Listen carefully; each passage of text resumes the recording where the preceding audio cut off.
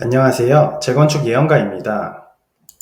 오늘은 구독자분께서 요청해주신 분당 순회동 양지마을 2단지 청구 아파트에 대해서 재건축 리뷰를 하겠습니다.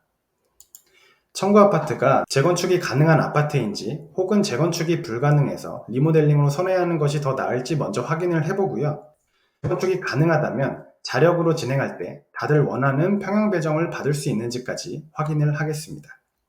추가로 이벤트가 있죠. 일기 신도시 특별법, 통합재건축, 역세권 특별법의 수혜를 받는다면 어떤 부분이 달라지는지까지 설명드리겠습니다. 지금부터 이 템플릿을 채워나가도록 하겠습니다. 호객노노 앱을 열어서 분당 중앙공원 바로 옆에 위치하고 있는 이 아파트가 청구 아파트입니다. 기본 정보를 확인하면 경기도 성남시 분당구 순회동 36번지, 종전세대수 768세대, 준공연도 1992년 10월, 용적률 214%, 이 정보를 템플릿에 기입하겠습니다.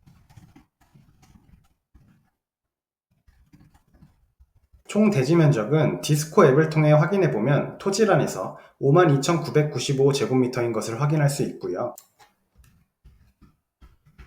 평형 환산시 16,059평입니다. 토지 이용 계획은 제3종 일반 주거지역이고 용적률 상한은 300%라는 뜻입니다.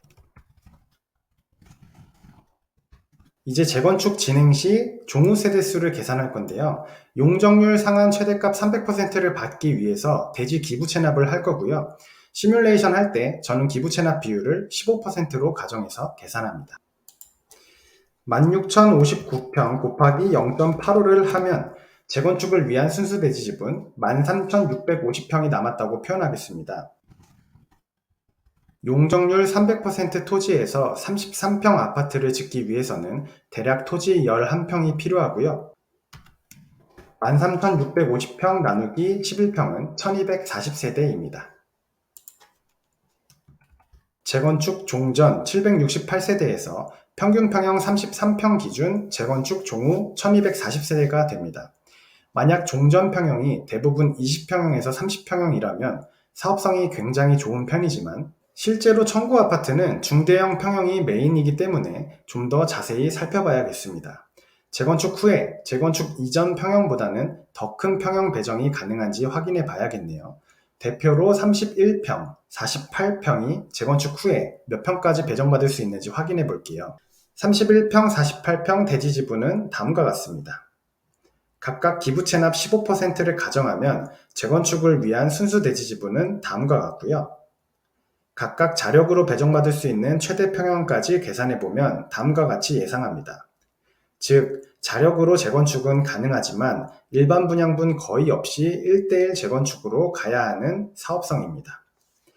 자력으로 재건축 진행 시 31평을 보유한 세대주는 종후 33평까지만 안전하게 배정이 가능하다라는 뜻이고, 이때 분담금은 계산해보면 대략 3억 5천만 원에서 4억 원 정도 나오겠네요.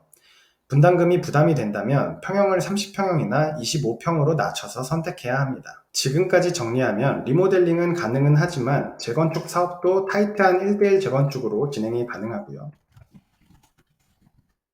초반에 리모델링이냐 재건축이냐 의견이 갈리겠지만 결국 재건축 방향으로 갈 것으로 보입니다. 그런데 여기서 일기 신도시 특별법, 통합재건축, 역세권 특별법의 최대 수혜 대상 단지는 이런 사업성을 가진 단지입니다.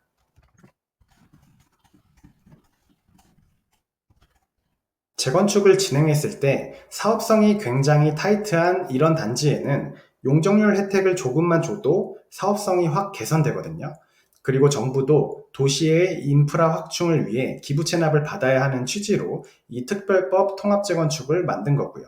즉, 정부와 청구 아파트 소유주들의 이해관계가 맞아떨어지는 상황이 됩니다. 청구 아파트 소유주 입장에서의 이득은 종전 31평을 보유한 소유주가 33평 평형 선택 시 자력으로 재건축 진행했을 때 4억 원 가까이 들었던 분담금이 이 특별법이나 통합재건축을 통해서 1억 원에서 2억 원 수준으로 줄어들 거예요. 그래서 청구 아파트의 경우에는 특별법이나 통합재건축을 통해 진행하는 게 현명해 보입니다. 다만 정부가 기부 체납 비율을 생각보다 많이 요구할 수 있어서 기부 체납 비율 문제로 노이즈는 발생하겠지만, 그럼에도 불구하고 특별법 통합재건축을 통한 사업성 개선폭이 더 크기 때문에 빠르게 조율해서 개발 사업을 진행하는 게 가장 나을 수 있습니다. 이런 정부라는 주체와의 이해관계는 영상 끝쪽에 추천 영상으로 올려드렸습니다. 총평 정리하면 리모델링 가능, 재건축은 자력으로 진행 시 타이트한 1:1 재건축으로 진행 가능. 그러나 둘 모두 일반 분양분이 거의 없어서 분담금이 부담될 거고요. 1기 신도시 특별법, 통합재건축, 역세권 특별법 중 한 가지 이상에 해당이 될 확률이 높고 이 방향을 통해서 진행된다면 전체 세대들의 분담금 부담이 확 낮아질 수 있다. 혹은 분담금 부담은 그대로 두고 평형 선택을 3, 4평 높여서 선택할 수도 있습니다. 그래서 아마 초반에는 리모델링과 자력 재건축 중에 무엇으로 개발할지 논의하는 걸로 시작하겠지만 결국에는 특별법 혹은 통합재건축을 통해서 재건축 사업성이 개선되어 진행될 것으로 예상합니다. 이 과정에서 정부와 기부 체납 비율 문제로 노이즈도 예상이 됩니다.